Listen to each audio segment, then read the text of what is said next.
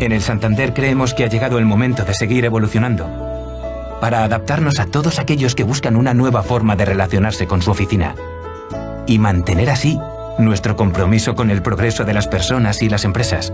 Para todos ellos nace Workcafé Santander, el primer espacio innovador para clientes y no clientes, que integra servicios bancarios con un espacio en el que trabajar de forma colaborativa, crear redes de contactos, asistir a charlas y eventos o degustar un delicioso café de autor. Una idea innovadora que transformará algunas de nuestras oficinas en toda una experiencia. Queremos inspirar a nuestros clientes y visitantes en su día a día, ofreciéndoles un servicio premium a su medida. Para ello, hemos cuidado cada aspecto de Workcafé Santander con todo el mimo. Workcafé Santander no es solo un proyecto innovador, es una realidad que muy pronto se podrá disfrutar en muchos puntos de España y que está cambiando las reglas en el mundo de los bancos. Workcafé Santander cambia las reglas.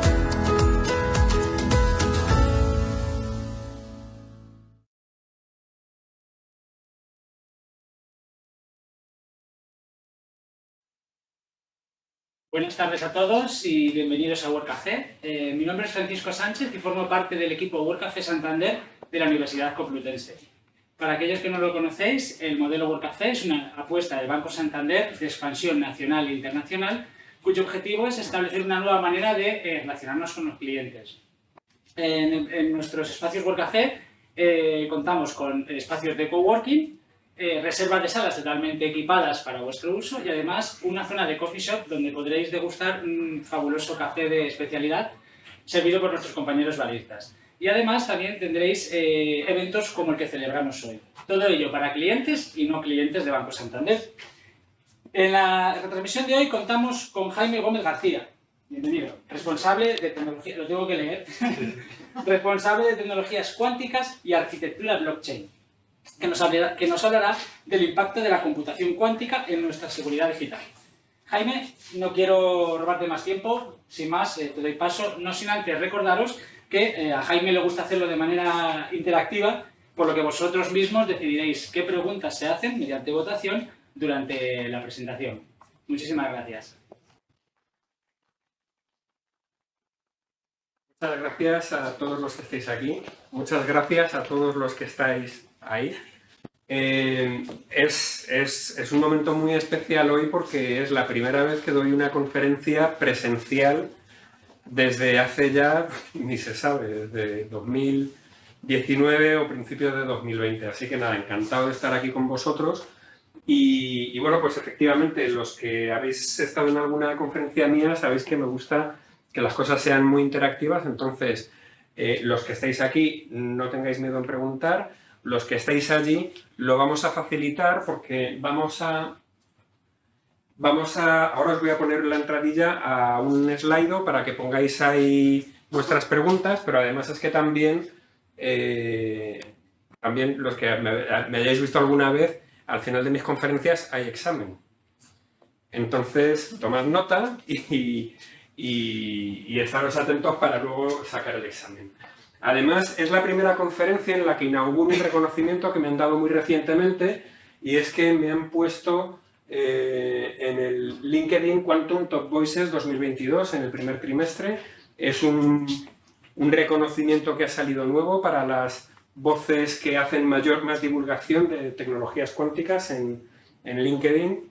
Y bueno, pues van a seleccionar a los 20 mayores divulgadores de cuántica en LinkedIn cada trimestre. En este primer trimestre yo estoy en el grupo a mitad de tabla, en el número 10, acompañado por gente que la verdad es que pues, me da un poco de vergüenza porque es que son buenísimos. O sea, yo no sé muy bien qué hago entre tanta gente súper top, súper brillante.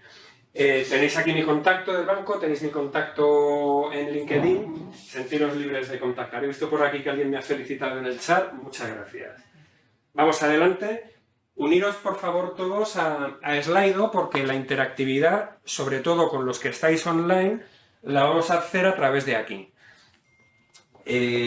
de verdad que no quiero que quienes estáis online os perdáis ni un ápice de la sensación de poder interactuar en esta sesión. Os dejo un momentito para que podáis entrar.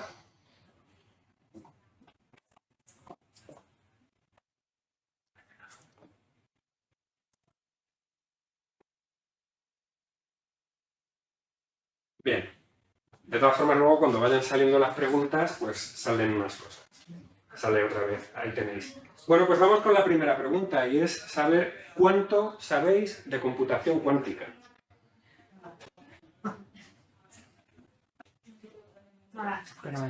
Pues pones un 1.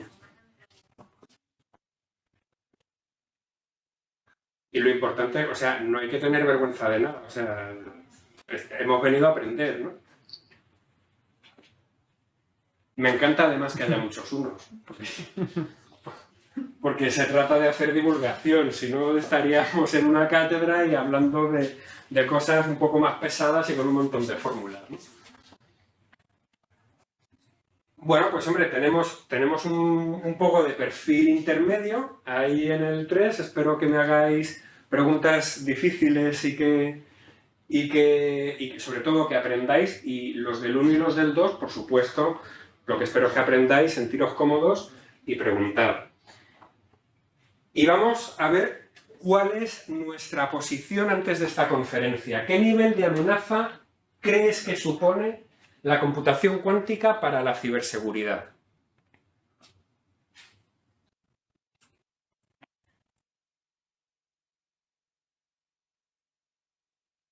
A lo mejor tenéis alguna impresión, también tenéis un no lo sé.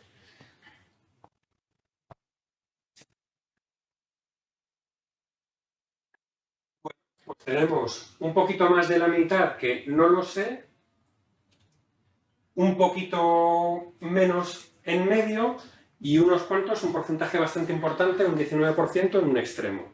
Esta misma pregunta os la voy a hacer al final, para ver cómo después de esta conversación ha variado vuestro conocimiento. Bueno, me voy a callar, no voy a decir qué es lo que me gustaría, ¿vale?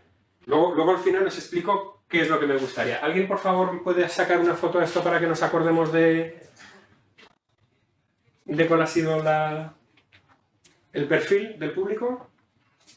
44, 38, 19 y nadie en bajo. Bueno, pues vamos allá. Me vais a perdonar porque no puedo ver la pantalla que me chiva, qué es lo que viene después, entonces a lo mejor voy a ir un poco tímido con el seguir el hilo. Pero bueno, primer mensaje. Esta gráfica es una gráfica que calculé yo en verano de 2020 y básicamente lo que dice es cuál es el coste que tendría para los mayores 500 supercomputadores que había en el mundo en aquel momento, y después de entonces ha salido otro gran superordenador que entra en esta tabla, o sea que a día de hoy esto sería un poquito menos, pero no mucho menos, ¿vale? ¿Cuánto les costaría romper una clave criptográfica de las que podemos estar utilizando todos a día de hoy? Sabéis que cuando enviamos un WhatsApp dice, esta comunicación está cifrado. Es más, esta comunicación que hacemos por Zoom, el Zoom se privilegia mucho que por allí arriba sale un escudito que dice, el escudito ese verde, que dice esta comunicación está cifrada extremo a extremo. Eso funciona todo con claves criptográficas. Bueno, pues esta gráfica representa cuál es el coste para esos 500 mayores superordenadores que había en el mundo en 2020, si todos trabajaran en romper una clave criptográfica, ¿cuánto les costaría? La clave criptográfica es de un sistema, de los distintos que hay, que se llama RSA. Si la clave fuera de 2 kilobits, de 2048 bits, le costaría aproximadamente 10.000 años. Pero daros cuenta, esta gráfica es logarítmica. Si la clave fuera un poquito más grande, de 3 kilobits, le costaría la edad del universo. Y si la clave fuera solamente 1 kilobit más grande, le costaría 10 elevado a la 16 años, que es muchísimas veces, pues así tirando a lo tonto, me parece que como 1.000.000 de veces la edad del universo. Estos son problemas cuya complejidad crece exponencialmente, es decir, con un poquito que crezca la variable que hace que el problema sea complejo, el tiempo o el esfuerzo de resolución crece de forma exponencial. Y eso es lo que explica que este eje, para los que sepáis un poquito de matemáticas, sea logarítmico. Y eso es lo que significa que pasemos de 10.000 a la edad del universo a 1 millón de veces la edad del universo. ¿Cuánto le costa? Bueno, esto significa que si un atacante quisiera romper una de estas claves, se tendría que ir con los 200 mayores superordenadores que hay hoy en el mundo a la edad de hielo y empezar a trabajar entonces. Y si la clave fuera un poquito más grande, se tendría que ir al Big Bang con esos superordenadores, ¿no? Parece como una tarea imposible. ¿Os hacéis una idea de cuánto le puede costar a un ordenador cuántico? A ver, aquí el público. Una estimación.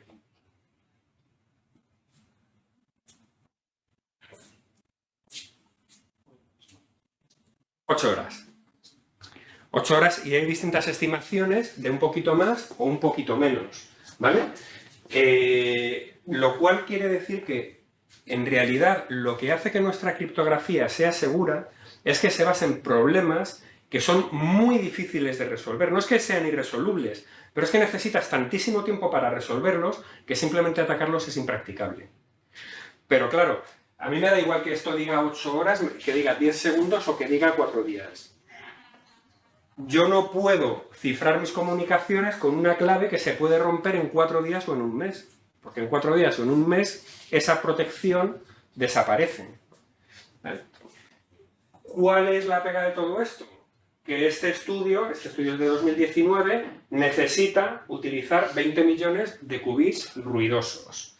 No voy a entrar en mucha profundidad en qué es la computación cuántica, ahora os voy a dar una pequeña pincelada. Pero claro, para que os hagáis una idea, hoy por hoy estamos en este año, el roadmap es que haya ordenadores de 400 y pico qubits, pero de momento lo que hay, el ordenador cuántico más grande que hay, tiene 127 qubits.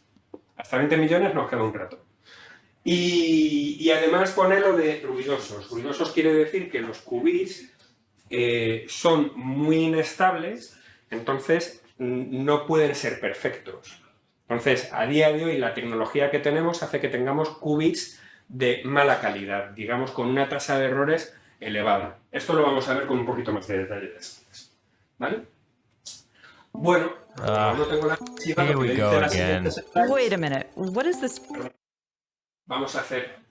Os voy a poner este vídeo que viene ahora. Es un vídeo del NIST. El NIST es el Instituto de Estandarización Tecnológica de los Estados Unidos, que tiene una función muy importante. Crea muchos de los estándares que utilizamos nosotros hoy y en particular crea muchos de los estándares de la criptografía que utilizamos hoy. Y este vídeo es un gran resumen de qué es lo que está ocurriendo. Siento que no lo he podido poner con subtítulos, porque no he encontrado la manera de ponerle unos subtítulos porque no lo tienen subtitulado. Pero bueno, en inglés yo creo que se entiende bastante bien. Vamos a ver el vídeo. Here we go again. Wait a minute. What is this quantum thing? Is this Y2K all over again? I hope my files are safe. My stuff, my Passwords? My personal info. my emails, my texts. My photos? All of my messages? My data? Not another upgrade. How much is this going to cost? Quantum. Quantum. Quantum? Quantum? Relax. We know. Once access to practical quantum computers becomes available, all current public key algorithms and associated protocols will be vulnerable, potentially exposing your encrypted information to criminals, competitors, and other adversaries. Yes, your texts, emails, credit card payment information, digital signatures, online transactions, sensitive data, and intelligence and government classified secrets will be in jeopardy. But no, this is no Y2K event or a doomsday scenario. All your keys won't turn to dust. And a quantum computer capable of doing this is still many years, if not decades away. It's no time to panic. it's time to plan wisely. For over 50 years, NIST has set the standards in cryptography, from DES to triple DES to AES, and post-quantum encryption will be the same. We are working with the brightest minds in government, academia, and industry from around the world to develop a new set of encryption standards that will work with our current classical computers while being resistant to the quantum machines of the future. These new standards will be released in 2024. So what should you do in the meantime? First, keep encrypting as you have done all these years. Second, follow our work and start thinking about what software and hardware you will need to replace once these new standards are out. Now take a breath.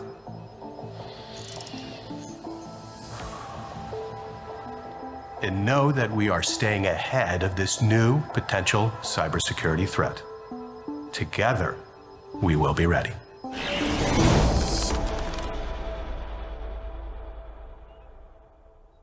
Bueno, pues este vídeo es, en mi opinión, un gran resumen. Si os tenéis que quedar hoy con algo, quedaros con los mensajes que dice este vídeo. Por cierto, se me ha olvidado antes decir que vamos a ir haciendo en Slido las preguntas, sobre todo para los que estáis online, los que estáis aquí, echarle un vistazo de vez en cuando a las preguntas, porque lo que sí que me gustaría es que los que estáis online podáis preguntar en Slido y que además podáis votar preguntas, de manera que yo en algún momentito tengo preparada una pausa y las preguntas que hayan recibido más votos, pues las atendemos, ¿vale? Y así sabemos qué es lo que más os está interesando a todos. Pues vamos a por más, que no tengo el chivato. Bueno, la computación cuántica, al fin y al cabo, es un nuevo modelo de cálculo que utiliza propiedades de la mecánica cuántica para conseguir hacer que algunos tipos de problemas se ejecuten mucho más deprisa, ¿vale? Y eso tiene muchísimas aplicaciones en finanzas, en química, en logística y en seguridad. Con todo esto, o sea, tanto interés y tanta potencialidad como la que habéis visto antes, que es que parece increíble, está llamando a que mucha gente empiece a trabajar en esto. Y ya los grandes proveedores que todos conocéis y muchísimos otros más pequeños que no conocéis están trabajando activamente en ello. IBM, Microsoft, Fujitsu, Google. Esto que tenéis aquí no es un candelabro, esto es un ordenador cuántico del tipo superconductor. Hay distintos tipos de tecnología de ordenadores cuánticos. Lo que pasa es que todos a día de hoy tienen tasas de errores, son bastante imperfectos, tienen tasas de errores elevadas, números de qubits pequeños. Entonces, lo que todavía no se ha producido es lo que yo llamo el momento transistor de la computación cuántica. El momento en el que en la computación clásica pasamos de las válvulas a los transistores, entonces todo empezó a evolucionar. Pues a día de hoy lo que hay son distintas tecnologías que se están probando, están corriendo, y a ver cuál de todas ellas de repente, o una nueva, sale y dice, oye, somos la mejor de todas y por aquí vamos a conseguir alcanzar el objetivo de tener un ordenador cuántico que podamos utilizar para casos de uso reales. Este interés y esta potencialidad y el saber que a día de hoy esto que en su momento fue un sueño empieza a ser ya una realidad, o ya se empieza a prever que esto es un problema de ingeniería y no un problema fundamental de algo que no se puede alcanzar, está llevando a mucha gente a intentar comprender cómo trabajar con ordenadores cuánticos, porque no es como programar un ordenador clásico en donde haces un flujo de programas. A día de hoy, trabajar con un ordenador cuántico básicamente es saber muchísimo de álgebra lineal, conocer mecánica cuántica y hacer que los qubits utilicen propiedades de la mecánica cuántica como la superposición, el entrelazamiento, la interferencia, para que ocurra esa magia que ocurre ahí dentro. Hoy no voy a entrar en el detalle de cómo funcionan por dentro los ordenadores cuánticos, pero en el canal YouTube de Santander Global Tech, que gestiona mi compañera Alba, tenéis vídeos anteriores, sesiones en las que he abordado ese tema con más detalle. Y esto también está haciendo que se produzca una gran inversión. Fijaros, desde 2001 hasta aquí, como de repente estamos en que desde hace un par de años para acá o 3, la tendencia de inversión se está disparando. Este es un estudio de McKinsey. Y también la inversión a nivel mundial, ¿no? Y esta es una estimación que hizo Araceli Venegas, que estuve precisamente hablando ayer con ella, en 2021. El esfuerzo, la inversión estimada globalmente en tecnologías cuánticas fue de 24.000 millones de dólares en 2021. ¿Podéis ver qué país es el que más está invirtiendo? ¿O qué bloque es el que más está invirtiendo?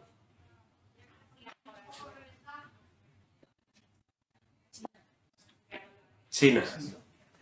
China, 10.000 millones de dólares. Estados Unidos, 1.2 billions, 1.200 millones. La Unión Europea, se juntan varias cositas y hay una cantidad relativamente importante. Pero si os fijáis, de los 24.000 millones, 10.000 millones son de China, prácticamente la mitad. Y sin embargo, a lo mejor no oís muchas noticias sobre China. Lo cual, luego si queréis comentamos sobre este aspecto. Pero lo tocamos también un poquito aquí. ¿Por qué la gente se está metiendo en el mundo de la cuántica? Las empresas que van a proveer servicios, por un lado, quieren obtener un liderazgo tecnológico para tener un dominio del mercado futuro, cuando estas tecnologías sean prácticas. Los gobiernos, los países, como una parte de su estrategia de geopolítica, para poder conseguir independencia tecnológica. La Unión Europea, hoy por hoy, no es independiente tecnológicamente. Nuestros chips tienen tecnología estadounidense y se fabrican en China. Y mirad lo que está pasando con Ucrania, en donde se está demostrando que al final esa interdependencia que ocurre en el mundo tiene consecuencias. Y las empresas quieren hoy desarrollar talento para obtener una ventaja competitiva en el futuro. Pero también, tanto crecimiento de la inversión, tanto potencial, está generando un hype, está generando una especie de moda en donde se está produciendo una inflamación de las expectativas, en muchos casos interesada, porque bueno, pues hay gente que quiere generar inversión, hay otros que quieren rentabilizar el esfuerzo que ya están haciendo y lo quieren rentabilizar cuanto antes, con lo cual, para mí un mensaje importante en cuanto al mundo de la cuántica es: ¿esto tiene sentido? Yo estoy firmemente convencido de que tiene sentido. ¿Todo lo que se escucha es creíble? No todo lo que se escucha es creíble. Entonces, hay que tener criterio y hay que escuchar. Y hay que escuchar a distintas fuentes. No me escuchéis solo a mí, escuchad a mucha gente. Escuchad a los críticos y a los vendedores. Escuchadlos a todos y formaros vuestra opinión. ¿Cómo empezó todo esto? Bueno, ¿sabéis quién es este señor? Este es uno de los mayores físicos del siglo XX y posiblemente de la historia, Richard Feynman, que ya en 1959 empezaba a indicar que sería útil poder trabajar con las propiedades de la mecánica cuántica para hacer cálculos que interesan pues, al mundo de la física y demás. Y este tema lo abordó con más detalles en 1981. El otro día leí un artículo y me siento un poco culpable en donde un post en LinkedIn súper interesante que además comentó Enrique Cerezo, en donde se dice que siempre mencionamos a Feynman porque es como el gran físico que todos tenemos ahí y que lo adoramos, pero hay mucha otra gente muy especial que tuvo tanta importancia como él, incluso más, y que normalmente no lo presentamos cuando hacemos divulgación. Así que un día me tengo que poner las pilas y añadir a alguien más. Pero bueno, este señor nadie le va a negar su importancia. En 1994, cuando todavía no se sabía ni siquiera si pues, se podía construir un ordenador cuántico, si eso alguna vez sería posible o si simplemente era un sueño de físicos teóricos, este señor, un matemático, que en aquel momento trabajaba en AT&T, ahora trabaja en en el Instituto de Tecnología de Massachusetts, publicó este documento. Algoritmos para computación cuántica, logaritmo discreto y factorización. En este documento, que no es muy largo, tiene unas poquitas páginas, explica cómo, si existiera un ordenador cuántico, se podrían factorizar números compuestos en sus primos o calcular logaritmos discretos, que no voy a entrar en el detalle, pero resulta que esos dos problemas son los que proporcionan la seguridad de toda la criptografía de clave pública que utilizamos hoy. Cuando se ha hablado antes de RSA, RSA se basa en factorización. Cuando hablamos de firmas de curva elíptica, que es, por ejemplo, la criptografía que se utiliza en las redes blockchain actualmente, en Bitcoin, etc., está basada en el logaritmo discreto. Con este documentito de unas pocas páginas, este señor dijo, si algún día existiera un ordenador cuántico, la criptografía que estamos utilizando hoy, y que todavía hoy seguimos utilizando, no solo en 1994, se podría romper. De repente, claro, esto dejó de ser un tema de científicos, teóricos, tal, no sé qué, para que las agencias de ciberseguridad y demás se metieran a decir, oye, interesa tener un ordenador cuántico para espiar a los demás. O también es un riesgo, porque si alguien lo tiene, nos puede espiar a nosotros. Pero bueno, tranquilidad. No hay ordenadores cuánticos ni sabemos si eso va a poder existir. Pero llegó este señor, español, profesor en la Universidad de Castilla-La Mancha, que a veces pensamos que en España no tenemos nada. En 1994, unos poquitos meses después de la publicación del paper del artículo de Peter Shor, el anterior era Peter Shor, Juan Ignacio Cirac y otro señor, Pepe Zoller, publicaron este otro. Cómo crear un ordenador cuántico usando iones atrapados en frío. Y luego publicaron otro de iones atrapados a mayores temperaturas. Juan Ignacio Cirac y Zoller demostraron que era posible construir ordenadores cuánticos. Y desde entonces se han empezado a desarrollar distintas tecnologías. Esta tecnología se sigue utilizando, los iones atrapados, mejorada evidentemente. Y a día de hoy tenemos varios ordenadores cuánticos en el mundo. Existen decenas de ordenadores cuánticos en el mundo y podéis acceder y trabajar con alguno de ellos online, en la nube, gratuitamente. Quiero aclarar sobre todo que un ordenador cuántico no es un ordenador que funcione más deprisa, que tenga más gigahercios en su procesador. No. Los procesadores de computación cuántica actuales trabajan a megahercios en vez de a gigahercios y no necesitan ir a más. Lo que ocurre es que, imaginaros, esto es como una representación de un agujero de gusano. Si tú tienes que recorrer el universo de una punta a la otra, por la superficie, vas a tardar mucho. Pero si tienes un atajo, aunque vayas más despacio, llegarás mucho antes. Y eso es lo que hacen los ordenadores cuánticos. Aprovechan mecanismos de cálculo que no son posibles con un ordenador clásico, que sirven como atajos para hacer que los problemas sean más sencillos. Vamos a intentar comprender, aunque sea intuitivamente, qué es esto.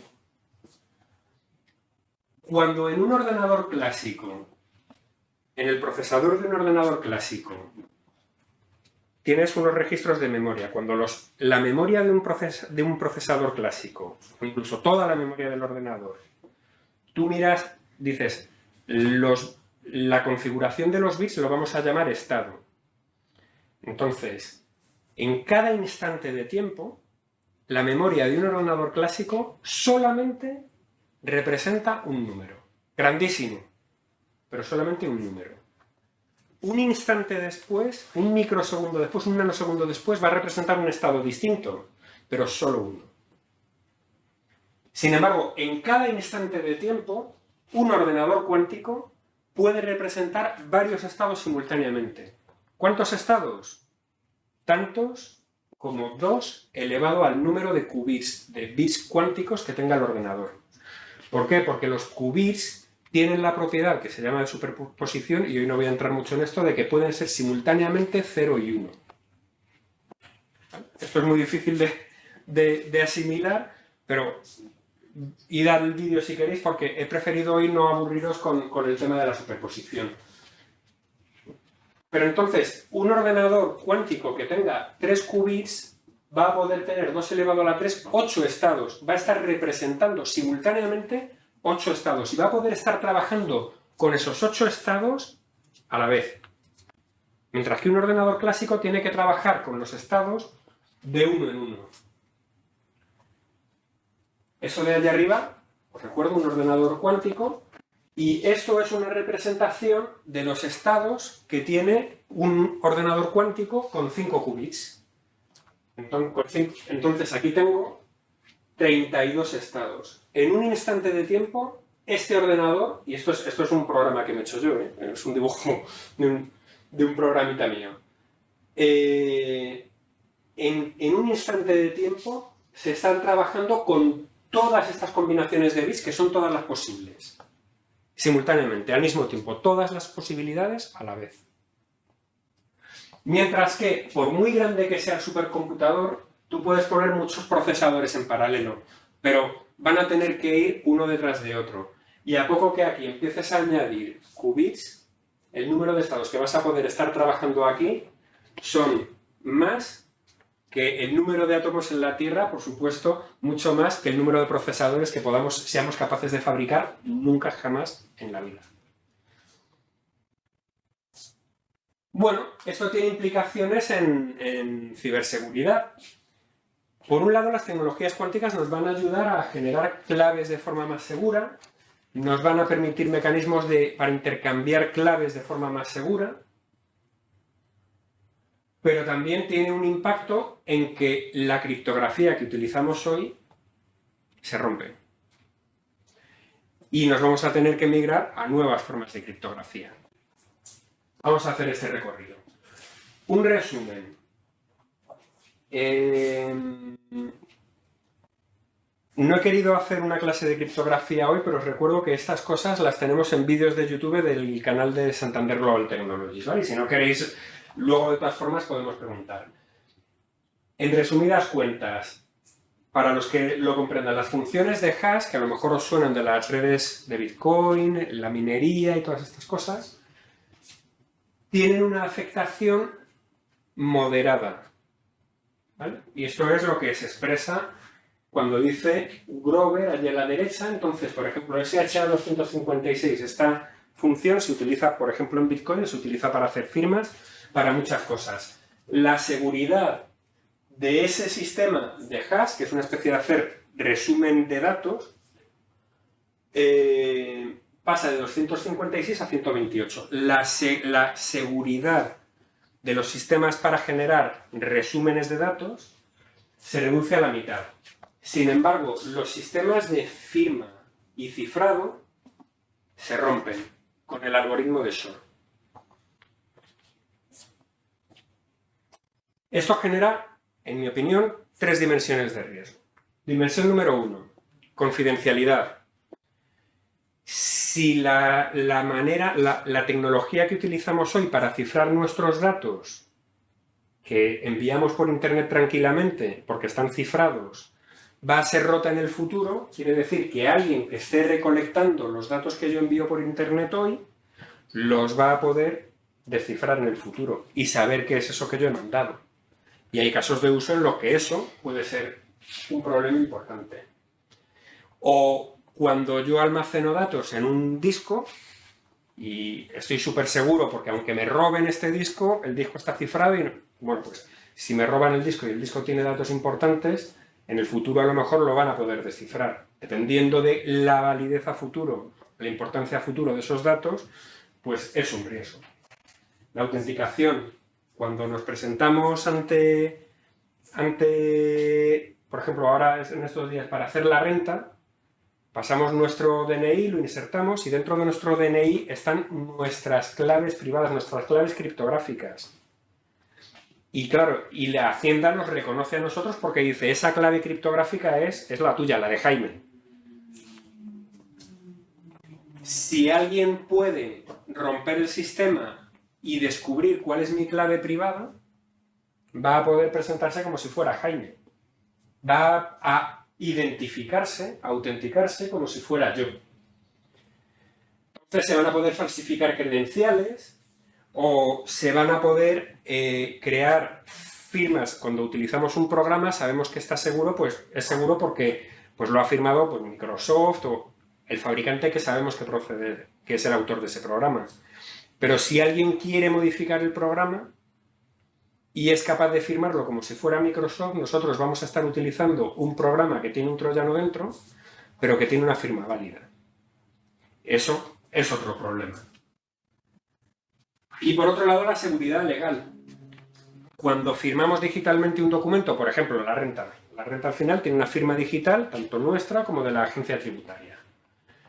El problema que se produce, o la vulnerabilidad que se produce, es que de esa firma se va a poder sacar la clave que se ha utilizado para producir la firma. Entonces, si alguien puede recuperar la clave que se ha utilizado para realizar una firma, va a poder generar otros nuevos documentos falsos que tengan una firma válida, porque tienen la clave para firmar. Los va a poder manipular o va a poder crear cualquier documento nuevo, arbitrario, con una firma perfectamente válida. De manera que tenemos 3 líneas de riesgo. Un riesgo a la confidencialidad, un riesgo a la autenticación y un riesgo a la seguridad legal que a día de hoy nos están proporcionando las firmas digitales.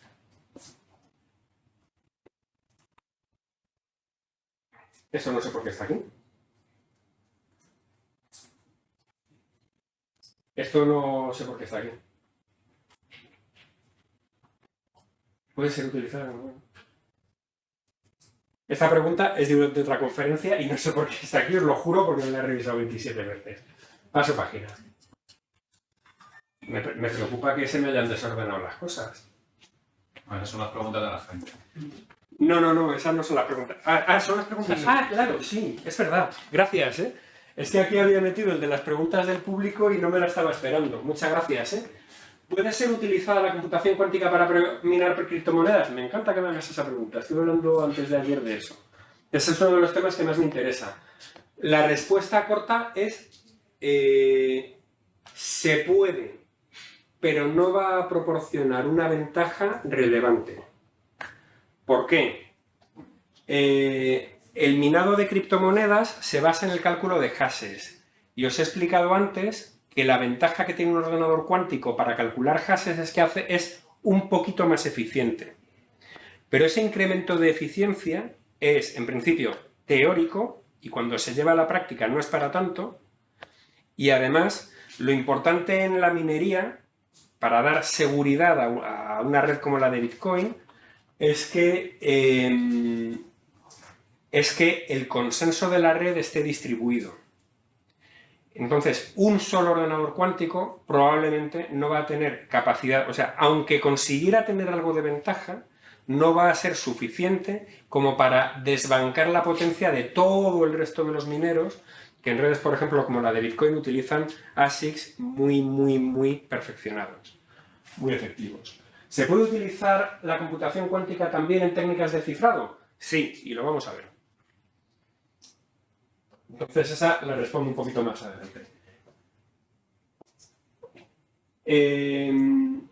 Por abundar en el tema del impacto en las criptomonedas y blockchain, todo el mundo piensa en el minado y el riesgo no está en el minado.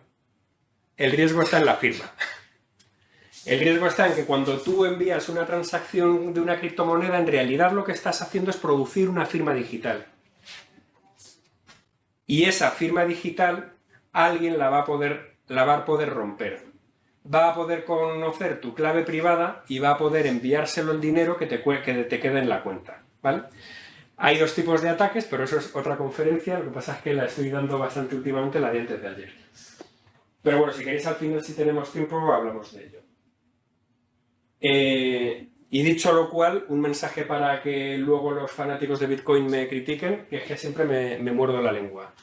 A mí no me gusta Proof of Work, ¿qué queréis que os diga? O sea, debería evolucionar y el minado debería desaparecer porque hay protocolos de consenso públicos que son perfectamente válidos para conseguir el mismo objetivo sin ese consumo energético.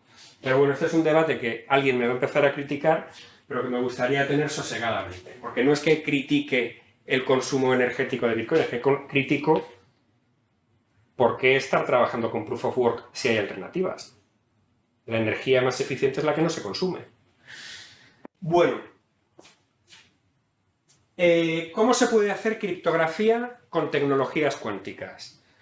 Esto es un sistema, que no os lo voy a explicar en detalle porque es bastante complejo, que sirve para intercambiar claves utilizando tecnologías cuánticas. Básicamente, esto se llama Quantum Key Distribution, QKD, distribución cuántica de claves. El principal problema que resuelve la criptografía de clave pública, que es la que utilizamos para firmar, ese tipo de criptografía nació para resolver el problema que es que, oye, yo cifro una cosa y te la quiero mandar a ti, ¿cómo te llamas? Natalia. Natalia, encantado, Natalia. Yo cifro una cosa y se la quiero enviar a Natalia. ¿Cómo le digo a Natalia con qué clave he cifrado yo ese mensaje? Si estáis aquí todos los demás escuchando, pegando la oreja. Pues la criptografía de clave pública sirve para que Natalia pueda compartir su clave pública y yo cifro lo que le quiera enviar a Natalia con la clave pública de Natalia y eso solamente lo va a poder descifrar Natalia, que tiene su clave privada. Y la clave privada es la única que puede descifrar las cosas que se han cifrado con la clave pública. ¿Vale? Brevísimo curso de criptografía. Entonces, se utiliza la criptografía de clave pública normalmente para establecer claves de cifrado que sirven para establecer comunicaciones seguras entre dos extremos, ¿no? Entre Alice y vos normalmente. Y entonces, pues aquí se envían unos fotones y con un juego muy complicado, tanto un extremo como el otro son capaces de llegar a un acuerdo de una clave que ha sido generada aleatoriamente y que nadie más ha podido conocer y que si alguien ha intentado conocerla, tanto Alice como Bob van a saber que alguien ha intentado interceptar esa comunicación. Entonces, si alguien ha intentado merodear, ellos van a saber que alguien se ha metido en medio. Y eso es algo que muchas veces hoy no se puede saber. De manera que con sistemas de criptografía cuántica, ahora vamos a ver otro tipo de criptografía, como este, QKD, lo que se puede hacer es que utilizas tu sistema cuántico, generas una clave que se comparte entre los dos extremos, entre Alice y Bob, se la dan a los equipos y entonces hablan con sistemas de criptografía simétrica que no se ven impactados por la computación cuántica.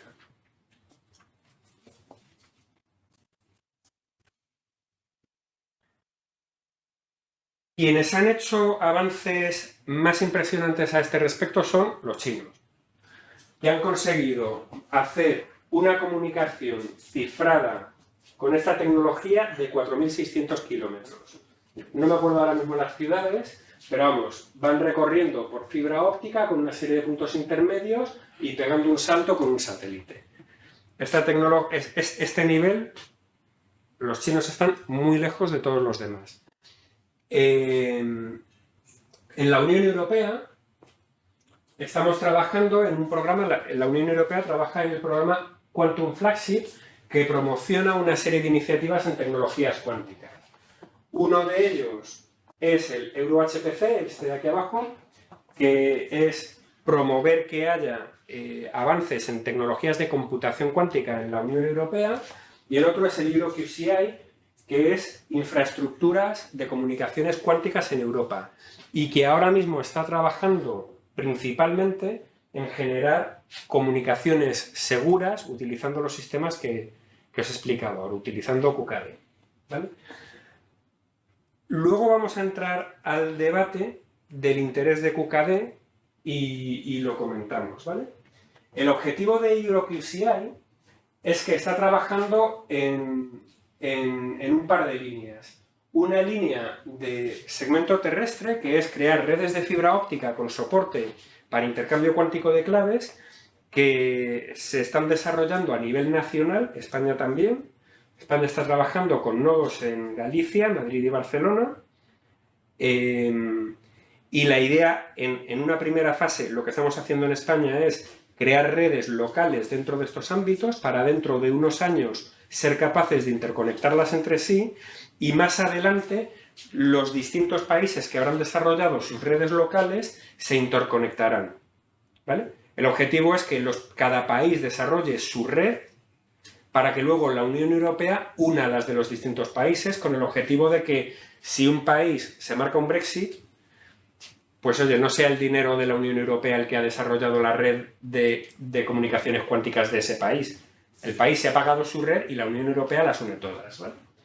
Y hay otra línea, que es el segmento espacial, en donde se está trabajando en el lanzamiento de satélites para hacer intercambio cuántico de claves, también apoyado en un satélite que permite alcanzar mayores distancias, ¿vale? Porque con fibra hay problemas de pérdidas y demás.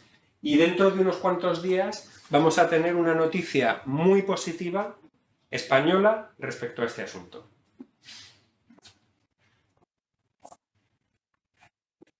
Vamos a por ello. Bueno, eso era criptografía cuántica. Ahora vamos a criptografía poscuántica, que si hay consenso en este mundo en algo, es en que las croquetas están buenísimas y en que criptografía poscuántica es un nombre horroroso. Porque criptografía poscuántica significa criptografía segura frente a los ordenadores cuánticos. En inglés, Quantum Safe Cryptography. A todos nos gustaría mucho más ese nombre, pero seguimos utilizando criptografía poscuántica. Es criptografía que tú puedes utilizar como la de hoy, la puedes utilizar en tu móvil, en tu ordenador, etcétera, pero que no es atacable, no puede ser rota por un ordenador cuántico. Y es lo que el NIST está investigando, lo que os ha contado el señor antes en el vídeo, ¿no? Esto es un proceso que empezó en el año 2016, iniciaron el proceso de estandarización y tienen previsto entregar el estándar en 2024. Estamos en la tercera fase de definición de los estándares.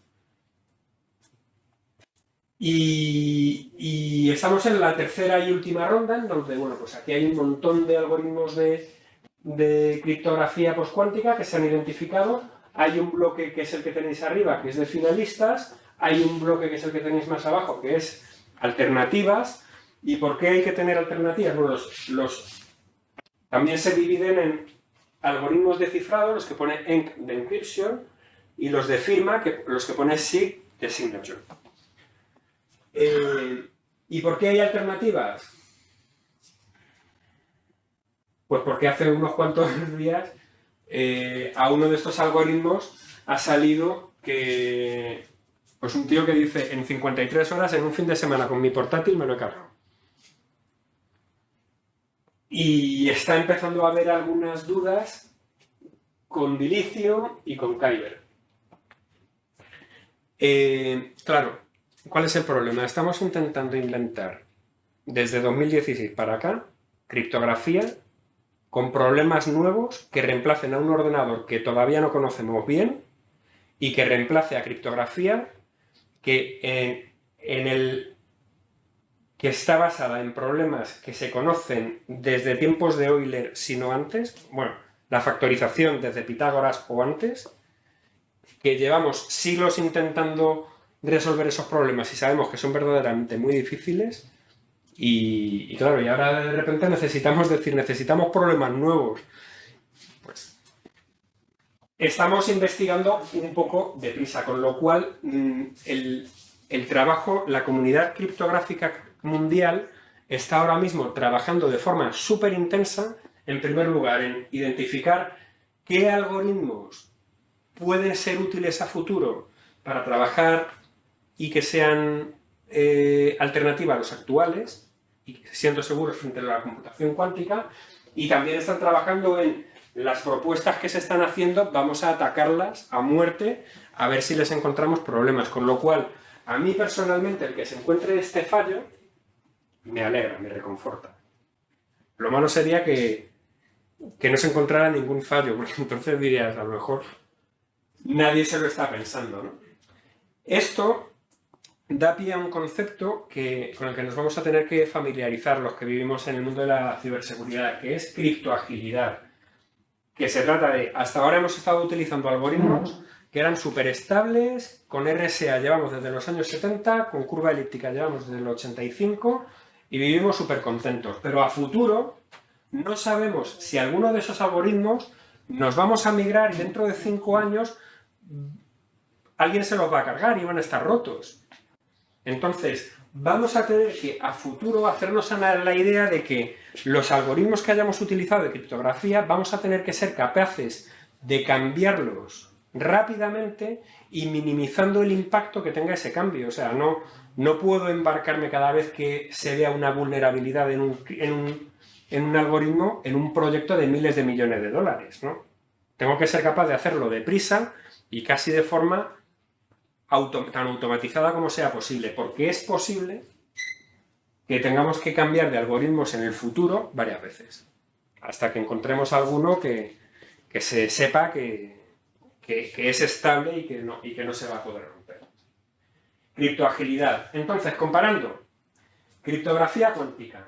La criptografía cuántica tiene una virtud muy especial, que es que teóricamente es demostrable que es segura. Esto que os he dicho, que Alice y Bob saben si alguien les ha estado intentando espiar en el intercambio de claves.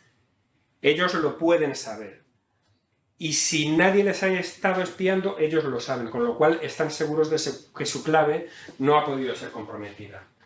Pero sus funciones son limitadas. Solamente se estaba hablando de intercambio cuántico de claves.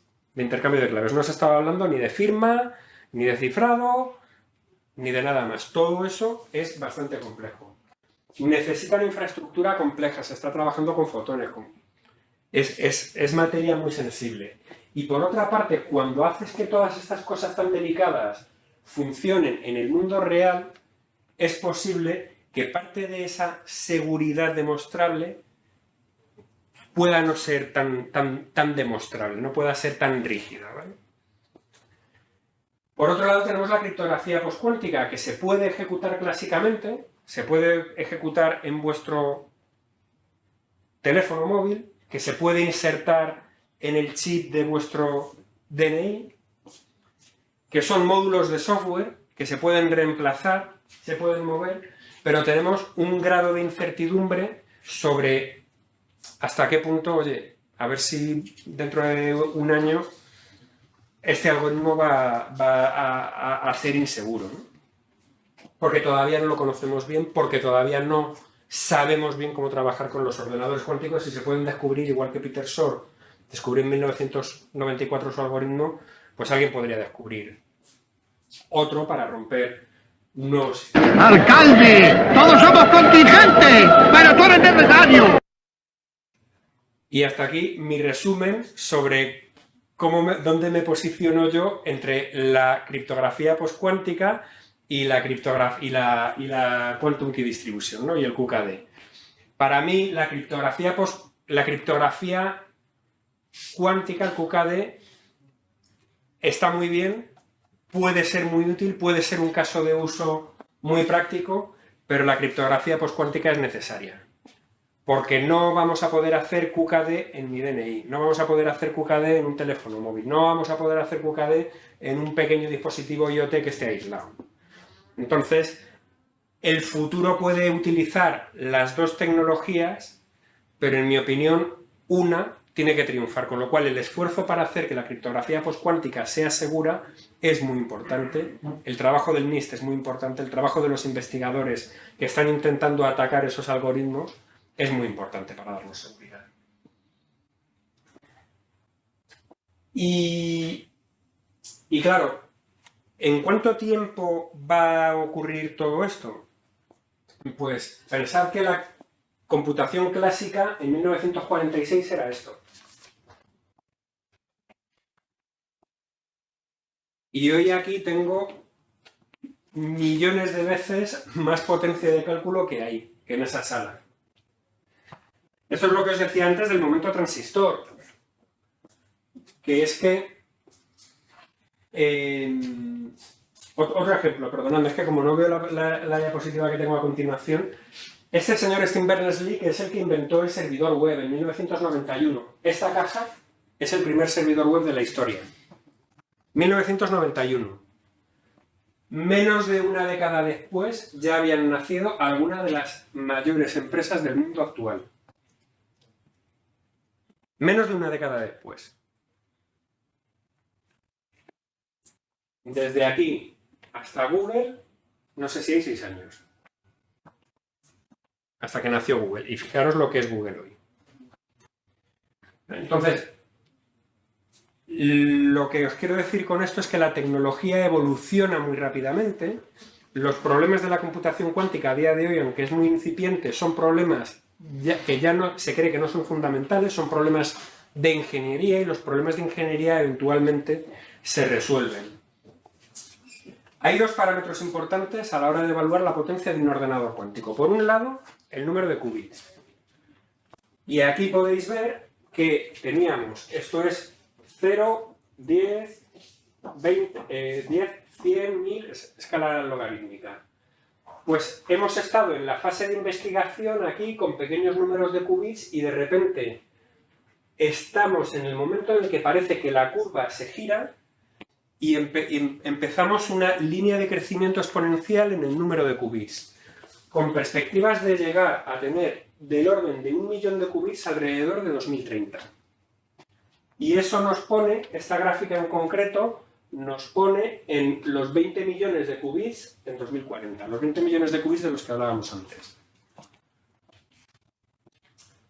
El otro parámetro importante para comprender, para valorar la potencia de un ordenador cuántico, y casi más importante que el número de qubits, no, casi no, sí, casi, más importante que el número de qubits, es la calidad del ordenador cuántico, la calidad de los qubits, la tasa de errores de los subcircuitos, de sus puertas lógicas. Y como veis, esta gráfica también es logarítmica y veis que está creciendo, está descendiendo muy deprisa y cada vez se empina más. Esta verticalidad que está cogiendo en una escala logarítmica es muy grande. Los investigadores del lado hardware están trabajando muchísimo y consiguiendo grandes éxitos. Es decir, estamos avanzando en conseguir ordenadores cuánticos que algún día serán útiles. Con todo esto, ¿cuál es la expectativa temporal que tenemos? Bueno, pues sabemos que en 2024 vamos a tener estándares de nuevos tipos de criptografía. Esos estándares, los fabricantes los van a trasladar a sus productos, a sus routers, a los chips que tenemos en los DNIs y demás. Y vamos a tener un periodo de tiempo para migrar. Esto, me gustaba el otro día alguien que decía que esto es como el efecto 2000, los que sois muy jóvenes a lo mejor no lo sabéis, pero es que con los que vivimos la edad adulta en el año 2000, pues resultaba que en el año 2000 muchos programas de ordenador se iban a tomar por saco porque estaban hechos contando los años con solamente 2 dígitos. Entonces pasabas de 1999 al 00. ¿Y cómo se interpreta el 00? Pues como 1900, claro. Si 1999 pones 0, pues lo que estás haciendo es poner un 19 por delante, ¿no? Y eso fue un drama a nivel universal, ¿no? Pero claro, decían, me gustaría dejar esta pregunta, aunque no se pueda ver. Pues hay una pregunta por el Zoom, si luego os la podéis quedar, Pablo. Vale, gracias. El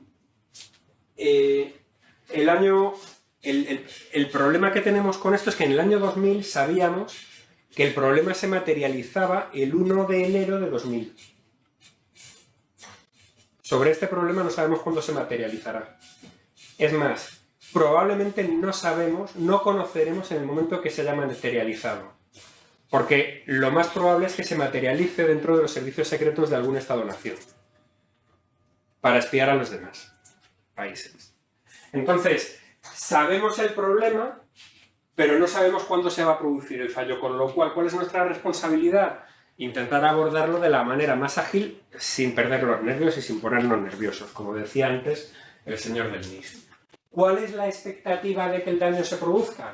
Bueno, las perspectivas, yo he oído alguna expectativa de 2026 en la que verdaderamente yo personalmente no me lo creo, ¿vale?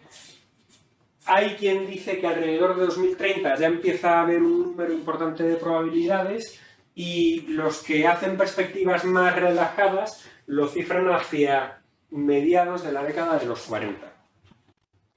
Pero en cualquier caso, en alguno de estos momentos se podía producir. Y como os decía antes, ¿cuándo se aceleró la computación clásica? Pues cuando alguien inventó el transistor y lo miniaturizó y creó un circuito integrado. Y antes dices, pues oye, tengo ordenadores a base de un montón de válvulas y demás. Y de repente dicen, todo ese follón de válvulas te lo concentro aquí en una uña. Y entonces es cuando la computación clásica empezó a crecer. Si de repente se produce ese momento transistor en la computación cuántica, pues esto se puede venir para adelante. O si nos encontramos con dificultades que a día de hoy no somos capaces de prever, esto se puede ir para atrás. Pero cuando hablamos de ciberseguridad, siempre uno tiene que estar en el lado paranoico, porque lo que te juegas es mucho. No te puedes permitir que esto te llegue a impactar. Y además hay que tener en cuenta que si yo, por ejemplo, hay que tener en cuenta la utilidad de la criptografía que yo utilizo. Imaginaros, si yo estoy firmando, si yo, por ejemplo, estoy cifrando mi comunicación para comprar en Amazon hoy, pues a lo mejor el interés de esos datos es útil de aquí a un par de años, como mucho. Si lo que estoy cifrando son los planos de construcción de una nueva central nuclear que se está construyendo ahora mismo, la utilidad de esos datos es 50 años o más, la vida media de la central nuclear. Con lo cual, no se trata tanto de cuándo va a producirse el momento del peligro, sino que la utilidad de tu cifrado no se meta dentro de ese momento. Con lo cual, esto es un riesgo que conocemos hoy y que se materializa en el futuro, pero tienes que tener en cuenta tu impacto hoy, en tu actividad actual. ¿Qué es lo que se está recomendando? Os traigo aquí palabras de agencias de seguridad nacionales. La NSA, que es la Agencia de Seguridad Nacional de los Estados Unidos, pues dice, oye, cuando tú produces un requerimiento o defines una tecnología de criptografía hoy, la vas a estar utilizando durante décadas. Con lo cual, tienes que empezar a pensártelo bien, tienes que hacer un trabajo serio hoy para que estés seguro durante las siguientes décadas. Tienes que hacer el trabajo antes. Y a las empresas y a las comunidades les recomienda, empieza a planificar y prepárate para la transición, porque sabemos que a partir de 2024 vamos a tener nueva criptografía que vamos a tener que... O sea, esa migración ya sabemos que la vamos a tener que hacer. Entonces, empieza a planificártela. Porque cuanto antes y mejor la ejecutes, mejor. No puedes empezar a pensar entonces, ¿no? En el 2024. El equivalente en Reino Unido, pues dice lo mismo. Las organizaciones deben empezar a valorar este riesgo en sus planificaciones de largo plazo. No ponerse nerviosos hoy, pero pensar en el largo plazo. Y luego entran ahí la discusión de si post-quantum frente a computación, frente a QCARE, en donde dicen, bueno, pues creemos más en post-quantum, un poco lo que os estaba diciendo antes. Y los franceses también están diciendo lo mismo, ¿no? Esta es la Agencia de Seguridad de la Información francesa, que también recomienda que la gente vaya valorando cómo van a hacer esa transición en el futuro. El NIST está lanzando un nuevo proyecto para definir mejores prácticas para ejecutar esta migración y el Cloud Security Alliance ha publicado este documento que es muy interesante, Practical Preparations for the Post-Quantum World, en donde también te recomiendan que empieces a trabajar en ello. ¿Por dónde? Educación, divulgación, concienciación. Luego empezar a identificar cuáles son los riesgos a los que te enfrentas, cuál es tu inventario de criptografía, analizar para ser capaces de ponerte a implementar esta transición, esta migración, cuando llegue el momento. Y con esto, pues no sé si tenemos más preguntas. La pregunta del Zoom que decía.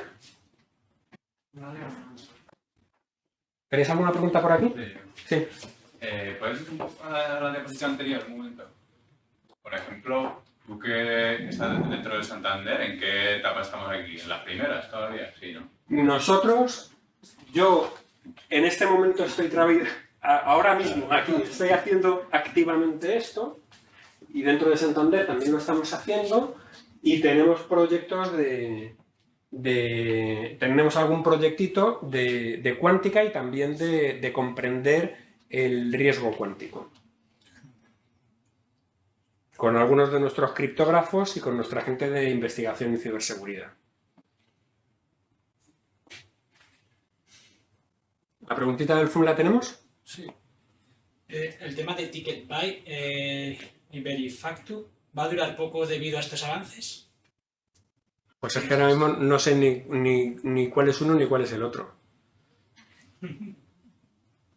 TicketBuy y Verifactu.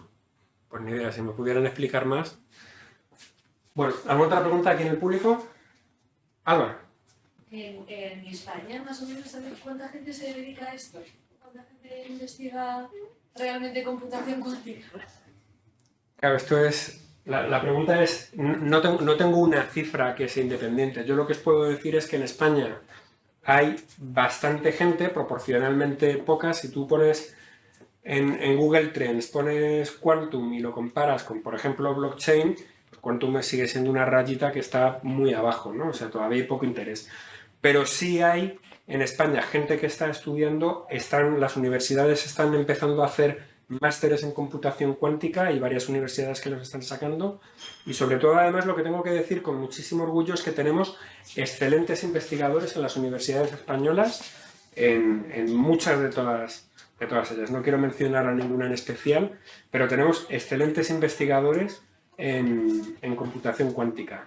España, posiblemente a nivel de hardware, se está haciendo, hay un proyecto Quantum Spain que tiene como objetivo construir un ordenador cuántico en Barcelona, está asociado al superordenador de Barcelona, el Mare Magnum, y allí se está intentando empezar a construir un ordenador cuántico.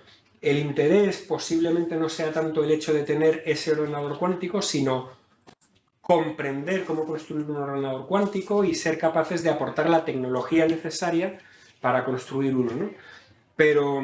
Pero en donde sí que tenemos muchísima gente trabajando y algunas startups que son relevantes a nivel internacional es en la parte del software cuántico, en el diseño de algoritmos. Es decir, muchos no sé si somos, claro, yo como estoy metido veo mucha gente, pero lo que sí que puedo decir es que hay muchísimo talento. Y lo que espero hoy aquí es que los estudiantes, si hay algún estudiante por ahí, que os animéis a estudiar esto porque en el futuro este talento va a ser necesario. ¿Más preguntas? Pues el slide se había quedado ahí. Y ahora, examen. Vamos a ver qué tal va el examen. En el examen, si queréis poner vuestros motes y demás, porque luego saben los nombres, ¿eh? O sea, si no queréis que salga el nombre, ponéis algún nombre de avatar o lo que sea, ¿vale? Y Alba, ¿qué hacemos con el ganador? ¿Le damos un aplauso aquí entre todos o qué hacemos con el ganador? Le damos un aplauso, le invitamos a la próxima. Le invitamos a la próxima. Bueno, a ver, el público online, muchas gracias por estar ahí, me da mucha pena no veros, pero bueno, espero que lo hagáis estupendamente en el examen ahora.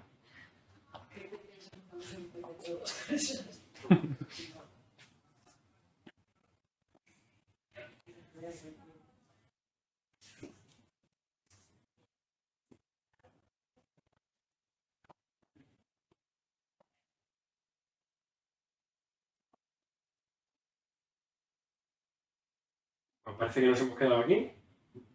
Ah, mira, todavía entra alguno más. ¿Y presencial? ¿Falta alguno por entrar o estamos todos? Bueno, pues. Vamos para allá. Las preguntas cuentan por tiempo. ¿Vale? O sea, hay una que está limitada a 15 segundos, las demás están a 25 segundos y se premia el acertar, pero también se premia más el acertar deprisa. O sea, el tiempo influye en la posición, ¿vale? Así que, bueno, pues buena suerte. ¿Quién inventó el algoritmo que permite romper la criptografía de clave pública actual? Respuesta correcta, Jairo Gómez. Alba Molina.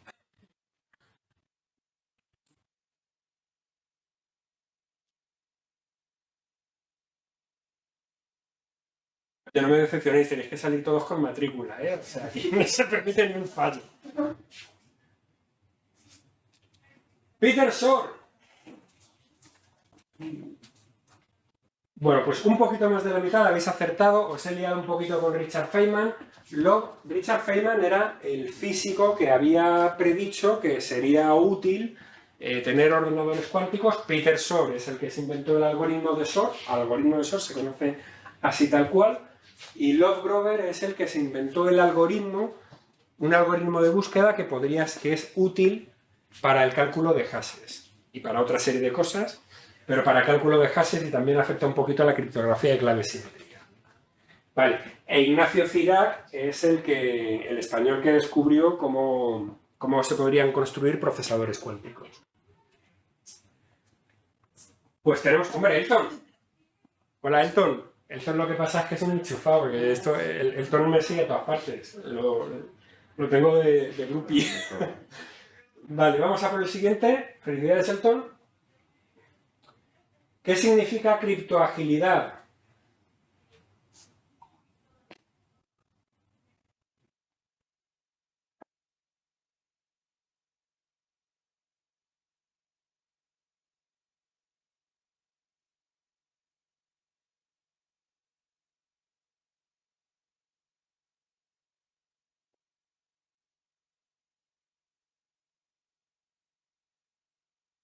Bueno, pues aquí una grandísima mayoría habéis acertado.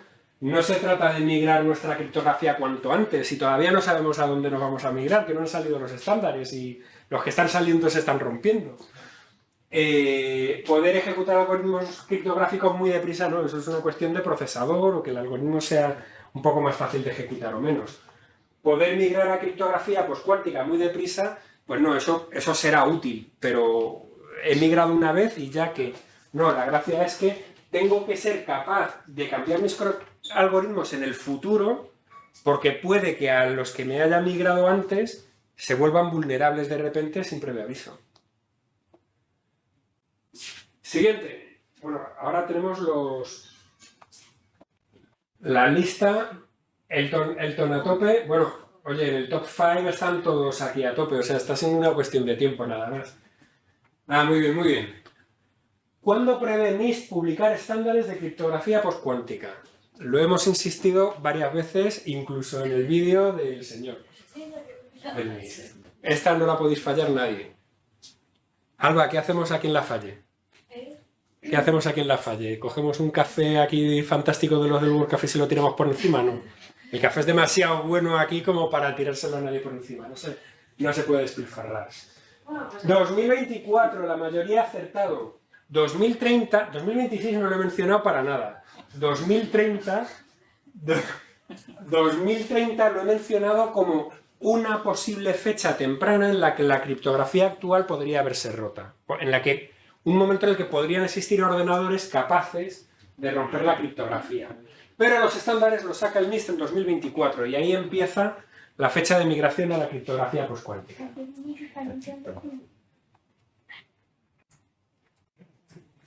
¿Qué ha pasado con Elton? ¿Ha desaparecido? Elton, tú no has podido decir 2030, por favor, no me hagas esto. Bueno, felicidades al top 5 que siguen a tope sin fallar ni una. ¿Qué se recomienda hoy para evitar el riesgo de la computación cuántica en la criptografía? Gritar socorro. Gritar.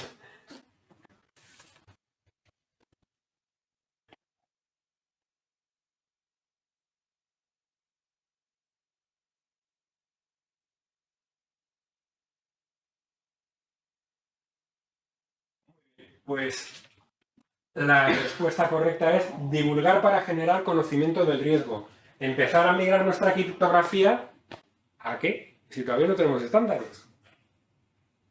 Entonces, no vas a migrar sin saber cuál va a ser la criptografía que esté validada.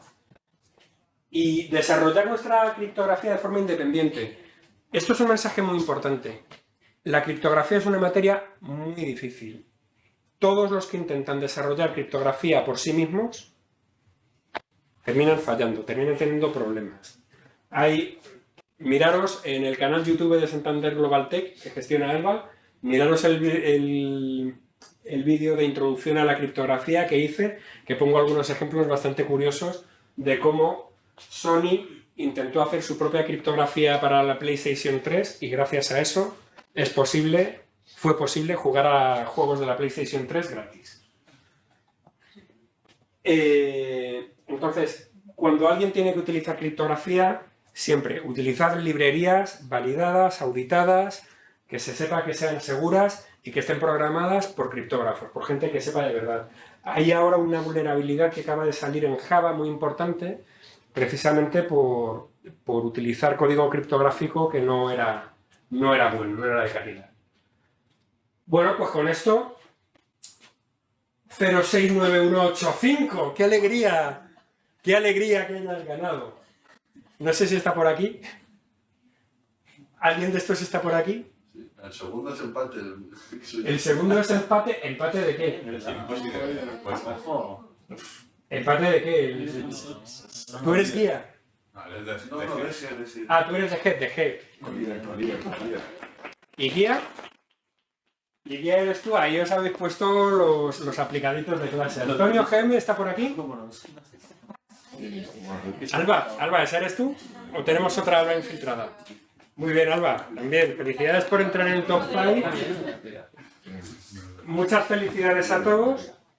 Y bueno, volvemos a la pregunta del inicio, a ver qué me respondéis ahora. ¿Están chateando algo por el Zoom? ¿Qué están diciendo en el Zoom?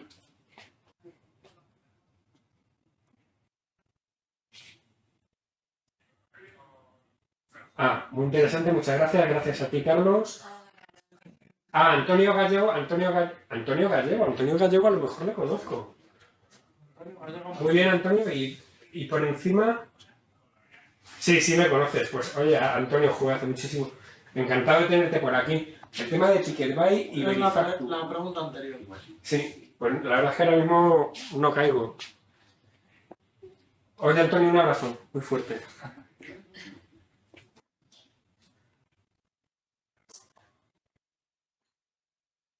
Bueno, pues extremo 70%, medio 30%. ¿Os digo qué respondería yo? Creo que medio. Yo diría medio. Pero ahora, ¿sabéis? Antes os decía, ¿qué es lo que me importa de esta encuesta?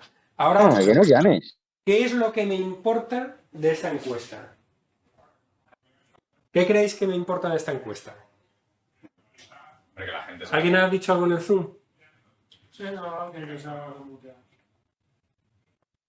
Pon la ventanita del Zoom aquí para que lo veamos del chat.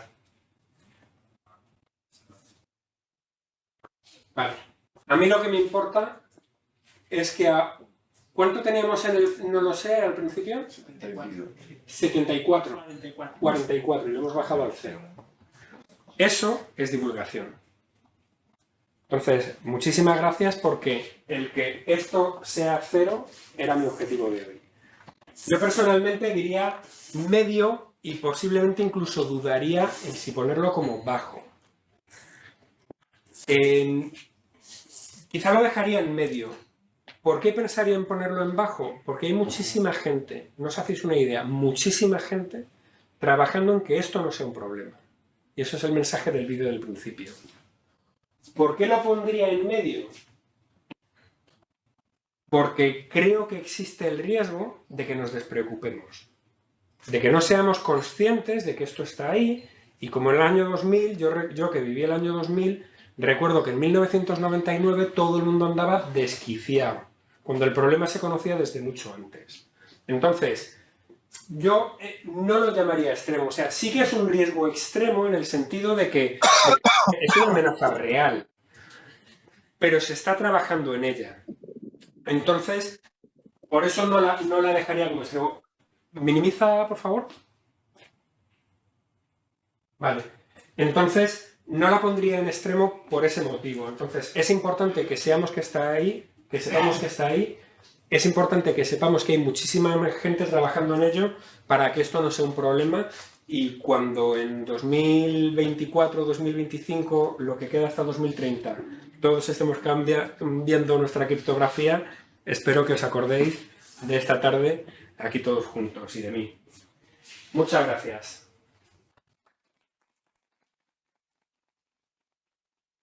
Abre la ventana del chat, por favor. Bueno, me tenéis aquí en LinkedIn, conectad si queréis. Bueno, y... pues nada, aquí ponemos punto final al evento de hoy. Jaime, muchísimas gracias por estar con nosotros. También agradeceros a los que nos veis desde casa y a los que estáis aquí. Y esperamos teneros pronto para futuros eventos. Antes de despedirnos, ¿vale? Es importante deciros que para nosotros es muy importante vuestra valoración y tenemos aquí un código BIDI para que nos podáis valorar. Podéis acceder con vuestros teléfonos móviles. Yo os pido por favor que rellenéis la encuesta sinceramente porque le presto muchísima atención a lo que decís.